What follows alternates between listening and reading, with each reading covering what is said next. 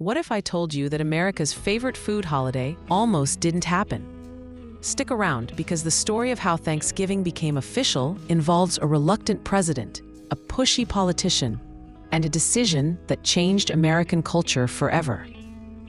October 3rd, 1789. President George Washington sits at his desk in New York City, the nation's temporary capital, holding a pen he's not entirely sure he wants to use. Congress has just asked him to do something no American president has ever done before: declare a national day of Thanksgiving. And Washington? He's uncomfortable with the whole idea.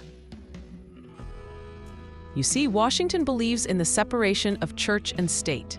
A day of prayer and Thanksgiving feels too religious, too much like the government telling people how to worship. He's hesitant. He's doubtful. But there's one person who won't take no for an answer: Congressman Elias Boudinot from New Jersey. Boudinot has been pushing for this since September, arguing that the new nation needs to pause and give thanks for its constitution, for surviving the revolution, for simply existing against all odds. Boudinot is persistent, really persistent, and finally, Washington gives in. On this October day, Washington issued the very first presidential Thanksgiving proclamation. He declares Thursday, November 26, 1789, as a national day of public thanksgiving and prayer. The proclamation is careful, diplomatic, and very Washington. He recommends that Americans give thanks for the peaceful establishment of their new government and asks for forgiveness of national sins. It's religious enough to satisfy Boudinot, but vague enough that Washington's conscience stays clear. However, what makes this moment fascinating is Washington doesn't make Thanksgiving a permanent holiday. This is a one-time deal. One day, 1 year, 1789, that's it. In fact, Washington only declared one more Thanksgiving during his entire presidency. The next president, John Adams, declares 2, and then Thomas Jefferson, he refuses to declare any. Jefferson believes the whole concept violates the First Amendment. For the next 74 years, Thanksgiving is entirely optional. Some states celebrate it, some don't. Some celebrate it in November. Others pick random dates. New England loves it. The South mostly ignores it. Thanksgiving is essentially a regional tradition, not a national holiday.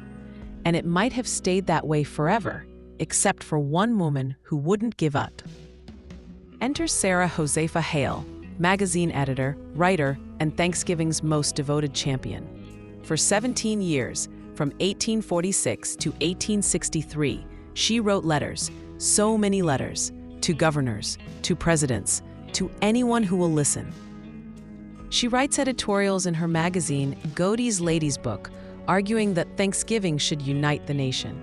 And during the Civil War, when America is literally tearing itself apart, her message finally resonates.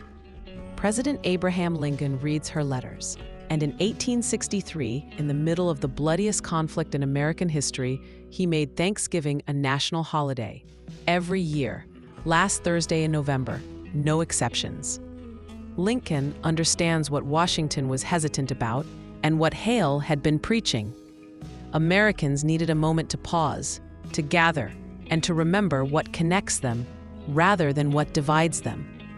And it all traces back to October 3rd, 1789, to a reluctant president who gave in to a persistent congressman and created a single day of Thanksgiving that would eventually become one of America's most cherished traditions. So this Thanksgiving, when you're reaching for that second slice of pie, remember George Washington's hesitation. He didn't want to create this holiday. He worried about overstepping. He made it optional, temporary, and deliberately vague. But sometimes the best traditions start with reluctance. Sometimes the things we're unsure about become the moments that define us. Washington's one-day proclamation planted a seed that took 74 years to bloom fully. But when it did, it gave America something irreplaceable: a day to pause, to gather, to give thanks. What's a tradition in your family that started small or accidentally and became something you can't imagine living without? Share your story in the comments below. I love hearing how small moments become lasting traditions. And if these surprising stories from history spark your curiosity, you're exactly where you belong. Join the History Sparks community by hitting that subscribe button. We're uncovering the human moments behind history's biggest traditions, one story at a time. Every video brings you closer to understanding how the past shaped the present. Thanks for discovering the real story of Thanksgiving with me today. I'll see you in the next piece of history. And remember, sometimes the best things start with someone saying, "I'm not sure about this."